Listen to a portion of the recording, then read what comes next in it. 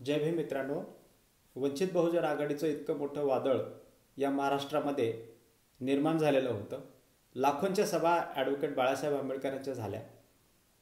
बहुजन समाज पक्षाची सुद्धा माझ्या माहितीनुसार एक सभा बहनकुमारी मायावतीजी यांची झाली पुण्यामध्ये.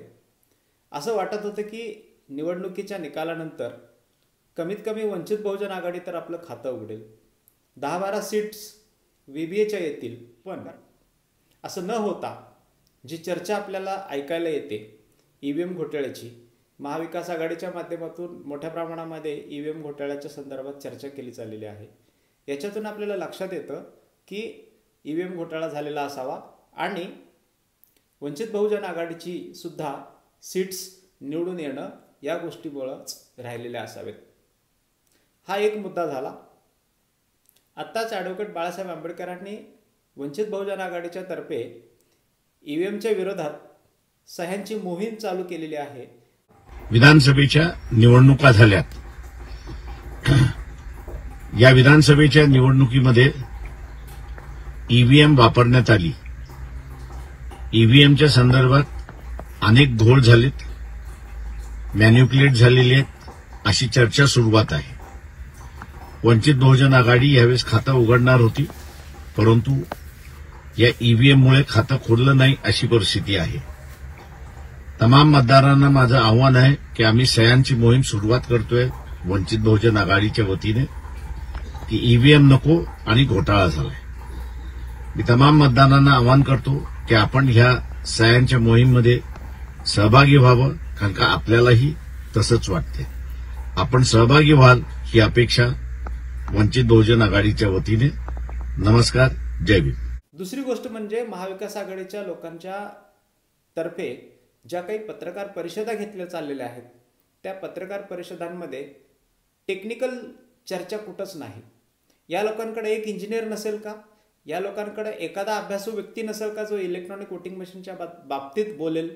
मी म्हणतो विरोधात बोलायचं असू देत, पण EVMच्या संदर्भात तरी बोलायला काय हरकत आहे या लोकांच्या एखाद्या इंजिनियरने? एवढे यांचे इंजिनिअरिंग कॉलेजेस आहेत, एवढ्या यांच्या टेक्नॉलॉजी डिपार्टमेंट्स आहेत यांच्या कॉलेजेसमध्ये. या लोकांनी एक इंजिनियर घडवू शकले नाहीत जो EVMच्या संदर्भात बोलेल. पण ॲडव्होकेट बाळासाहेब आंबेडकरांनी 7 मार्च 2024ला मुंबईमध्ये डॉक्टर बाबासाहेब आंबेडकर भवनमध्ये जी वंचित बहुजन आघाडीच्या वतीने जी पत्रकार परिषद घेण्यात आलेली होती, त्या पत्रकार परिषदेमध्ये आपण तासभर प्रेझेंटेशन दिलं आणि त्याच्यातून सरळ स्पष्ट केलं की EVMची हॅकिंग ही होऊ शकते. 2004 पासून ॲडव्होकेट बाळासाहेब आंबेडकर EVMच्या विरोधात बोलत आहेत. 2018-19ला देखील बाळासाहेबांनी मोठ्या प्रमाणामध्ये EVM हॅकिंग होऊ शकते हे बोलून दाखवलेलं आहे.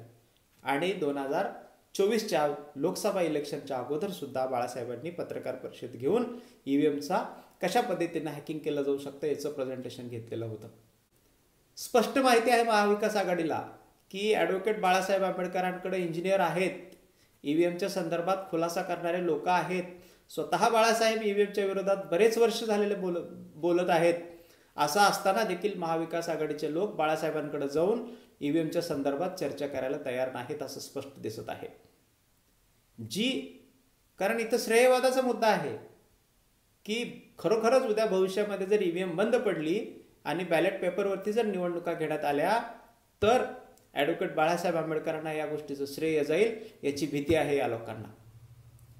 हाच प्रकार बाबासाहेब आंबेडकर ज्या वेळेला भारतरत्न विश्वरत्न डॉक्टर बाबासाहेब आंबेडकर ज्या वेळेला हिंदू कोड बिलाची मांडणी करत होते, त्यावेळेला हिंदू कोड बिलाला केवळ बाबासाहेब कायदेमंत्री असताना हे बोललं चाललेलं आहे म्हणून ब्राह्मणांनी आणि उच्चवर्णीयांनी विरोध केला आणि पंडित नेहरूंच्या तोंडून यांना हिंदू कोड बिल आलेलं चालतं. हे डॉक्टर बाबासाहेब आंबेडकरांच्या बाबतीत सुद्धा घडत होतं. आज ॲडव्होकेट बाळासाहेब आंबेडकरांच्या बाबतीत सुद्धा हेच घडत आहे.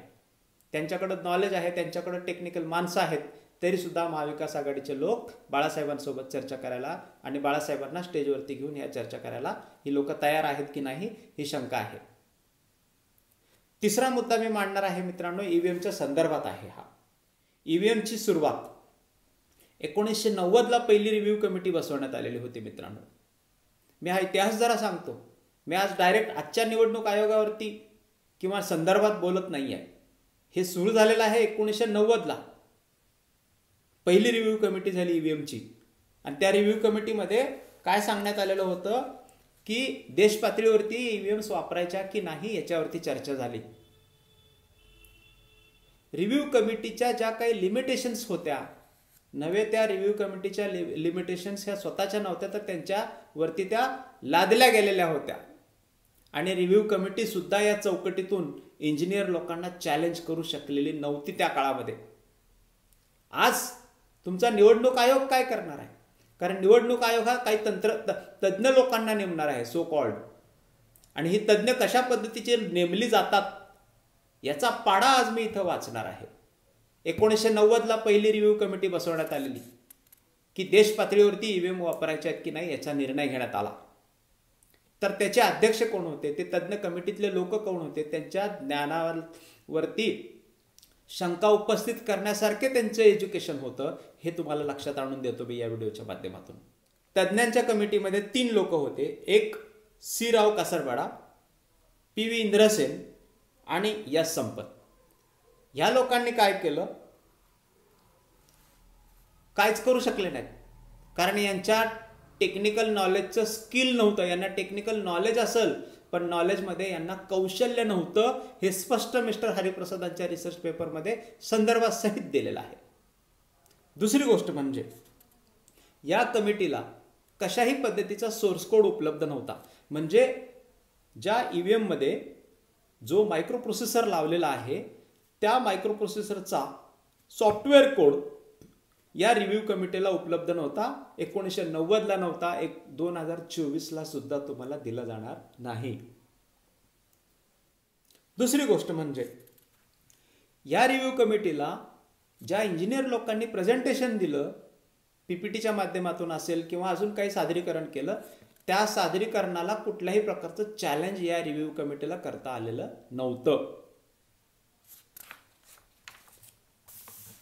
किरकोळ शंका विचारण्यात आल्या ज्या टेक्निकल असू शकत नाहीत. तर त्या कुठल्या शंका होत्या?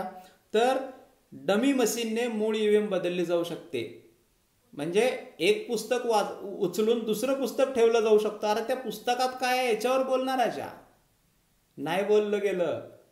शंका दुसरी मशीन लावू शकते हीच शंका होती फक्त. याला टेक्निकल शंका म्हणत नाहीत, ह्याला फिजिकल डाऊट म्हटलं जातो. दुसरी गोष्ट म्हणजे बॅलेट कंट्रोल युनिटच्या केबलमध्ये एखादे असुरक्षित इलेक्ट्रॉनिक यंत्र जोडले जाऊ शकते, ही शंका आहे. पण कसं जोडलं जाऊ शकतं याच्याबाबत ते काही बोलत नव्हते. या शंका तंत्रज्ञानाची पाहणी न करता ती वर्करनी पाहणी करणाऱ्या फक्त होत्या. त्यानंतर दुसरं मूल्यांकन कधी झालेलं आहे? 1990 नंतर. बघा आता, म्हणजे माननीय निवडणूक आयोगाला निवडणुकीच्या प्रक्रियेसंदर्भात किती काळजी आहे हे आजच्या निवडणूक अधिकाऱ्यांबद्दल मी बोलत नाही, मी 1990 पासूनच बोलतोय. 1990ला पहिली रिव्ह्यू कमिटी घेण्यात आली आणि त्याच्या तब्बल 16 वर्षानंतर म्हणजे 2006ला दुसरी रिव्ह्यू कमिटी बसवली. मध्ये इलेक्शन झाले नाही ईव्हीएमच्या आधारावरती, 2004ला झाली, त्याच्या अगोदर झाली. तर त्या सगळ्या निवडणुकीमध्ये ईव्हीएम व्हेरीफाय करण्याची या लोकांना गरज वाटली नाही का? तर नाही वाटली. चित्र क्लिअर आहे. कारण 1990 नंतर 2006ला रिव्ह्यू कमिटी बसवली आणि त्या रिव्ह्यू कमिटीमध्ये काय केलं तर मशीनचं जे काही मूल्यांकन झालेलं आहे ते 2000 ते 2004च्या मशीनचं मूल्यांकन झालं नाही, तर 2006ला ज्या मशीन्स तयार झाल्या त्यांचं मूल्यांकन करण्यात आलेलं आहे. तज्ञ कमिटीमध्ये IIT दिल्लीचे संलग्नित असणारे AK अग्रवाल आणि DT साहनी हे होते. चेअरपर्सन म्हणून 1990ला जे तज्ञ कमिटीमधले मेंबर होते PV इंद्रसेन हे आता चेअरपर्सन म्हणून आहेत. त्यावेळेला यांनी काय केलेलं होतं तर यांच्याकडे सोर्स कोड उपलब्ध नाही, तर यांच्याकडे शंका घेण्यासाठी कौशल्य नाही, हे सिद्ध झालेलं आहे रिसर्च पेपरमधून. मी माझ्या मनाच्या गोष्टी बोलत नाही. पहिल्या कमिटीसारखंच यांना सुद्धा संगणक क्षेत्रातील ज्ञान नसल्यामुळं यांना जे काही प्रेझेंटेशन दिलं गेलं 2006ला त्या प्रेझेंटेशनवरच फक्त अवलंबून राहावं लागलं आणि याही वेळेला या लोकांना सोर्स कोड उपलब्ध केला गेला नाही. आणि यावरून हे सांगतायत 2006 आला की इलेक्ट्रॉनिक वोटिंग मशीन ह्या टेम्पर प्रूफ आहेत, म्हणजे त्याच्यामध्ये कशाही पद्धतीची छेडखानी केली जाऊ शकत नाही. मित्रांनो, ईव्हीएममुळे जो उडालेला गोंधळ 2010ला मिस्टर हरिप्रसादांच्या लक्षात आला होता काही संशोधन केल्यानंतर, तोच प्रकार आज 14 वर्षाने तुम्हाला दिसत आहे. आणि ईव्हीएमच्या संदर्भात आज 2024च्या विधानसभा निवडणुकीनंतर सुद्धा सेम गोंधळ इथं उडालेला आहे. आणि माननीय निवडणूक आयोगाच्या चारित्र्यावरती शंका घेण्यासाठी लोक आता शंका घेत आहेत असं म्हणूया. ईव्हीएम घोटाळ्यामुळे निवडणूक आयोगाने गमावलेली विश्वासार्हता मिळवणे हे आता फार कठीण झालेलं आहे. आणि निवडणूक आयोगाने आरोपांना सामोरं जाऊन खुलासा करण्यासंदर्भात कशाही पद्धतीची तरतूद केलेली दिसत नाही. निवडणूक प्रक्रियेनंतर कोणत्याच पद्धतीचं ऑडिट होत नाही. बघा ना, आता तुम्ही 24च्या इलेक्शनमध्ये कोण ऑडिट करायला तयार आहे? म्हणजे 17C व्हीव्हीपॅट आणि कंट्रोल युनिटवरती जे दिसलेलं मतदान आहे ते कम्पेअर केलं जातच नाही. ते म्हणत असतील की बरेच दिवस व्हीव्हीपॅटच्या स्लिप मोजायला लागतील. अरे 5 वर्ष ज्या पक्षाला सत्ता द्यायची आहे महाराष्ट्र आणि देश चालवण्यासाठी, त्या 5 वर्षाचं जे काय होणार आहे त्या 5 वर्षासाठी तुमच्याकडे 2-3 दिवस नाहीत. म्हणजे क्लिअरली तुम्ही म्हणताय की आम्ही हे करू शकत नाही, तर लोकांची शंका वाढणार. मी स्टॅटिस्टिकल डेटा या गोष्टीवरती बिलकुल बोलत नाही आहे. त्याच्यावरती तुम्हाला बाकीचे व्हिडिओज आणि पत्रकार परिषदा ह्या तुम्हाला भरपूर बघायला मिळतील. मी टेक्निकल गोष्टींवरती बोलतोय आणि याचा थोडासा इतिहास सांगतोय. मित्रांनो, डेमोक्रेसी ॲट रिस्क हे एक पुस्तक आहे मिस्टर एन राव यांनी लिहिलेलं. त्या पुस्तकामध्ये अतिशय मोठ्या प्रमाणामध्ये इलेक्ट्रॉनिक वोटिंग मशीनच्या संदर्भात काय काय होऊ शकतं आणि माननीय निवडणूक आयोग कशा पद्धतीच्या भूमिका घेत गेलेला आहे याच्यावरती मिस्टर एन राव यांनी पुस्तक लिहिलेलं आहे, डेमोक्रेसी ॲट रिस्क. त्याच्यामध्ये ते काय म्हणतायत की 2009च्या लोकसभा निवडणुकीत ईव्हीएममध्ये धांदली झालेल्या होत्या आणि 15हून अधिक लोकसभा मतदारसंघात हे घोटाळे झाल्याची शंका त्यांनी उपस्थित केली आहे. अशा प्रकारची तक्रार येत होती की बॅलेट युनिटवरचं बटन एका उमेदवारापुढचं दाबलं जातं आणि LED म्हणजे दिवा जो आहे तो दुसऱ्याच उमेदवारासमोरचा लागतो आहे. याला काय म्हटलं जातं तर केबल अटॅक. 2009च्या इलेक्शनच्या वेळेला केबल अटॅक झालेला होता, क्रॉस केबलिंग झालेलं होतं. हे मिस्टर एन राव यांनी इथं स्पष्ट केलेलं आहे. याचा संदर्भ देखील तुम्हाला मी या फोटोमध्ये दाखवतच आहे. इंजिनियरने स्वतः संपर्क केल्याचा आरोप देखील मिस्टर एन राव यांनी दिलेला आहे, संदर्भासहित दिलेला आहे. ते सांगतायत की काही प्रमुख राजकीय व्यक्तींना काही इंजिनियर्सनी संपर्क साधला स्वतः आणि आम्ही ईव्हीएम मशीन सेटिंग करून तुमच्या उमेदवारांना जिंकवून देऊ हे स्वतः इंजिनियर्स लोकांनी सांगितलेलं आहे. हे मिस्टर एन राव यांच्या पुस्तकामध्ये लिहिलेलं आहे, डेमोक्रेसी ॲट रिस्क या पुस्तकात. अशा पद्धतीचं आमिष हे इंजिनियर लोक जर दाखवू शकत असतील तर त्या काळाला जर इंजिनियर लोकांनी असे उद्योग केलेले असतील तर आज केलं गेलेलं नाही हे कसं म्हणू शकतो आपण आता पुढे जाऊन म्हणूया मिस्टर PV इंदिरासेन. आता हे इंदिरासेन कोण आहेत? 2006च्या ईव्हीएम रिव्ह्यू कमिटीचे अध्यक्ष आहेत, चेअरमन आहेत. TV चॅनलवरती आपली एक मुलाखत देताना ते म्हटलेले आहेत, ईव्हीएम मशीनच्या सुरक्षा संदर्भात शंका घेणे म्हणजे रामायणातील सीतेला अग्निपरीक्षा देऊन आपले कौमार्य सिद्ध करण्यासारखे आहे. अरे धर्माची गोष्ट टेक्निकल गोष्टींना तुम्ही जोडून, टेक्निकल गोष्टींवरती तुम्ही शंका घेऊ नये याला तुम्ही धर्माची जोड देता.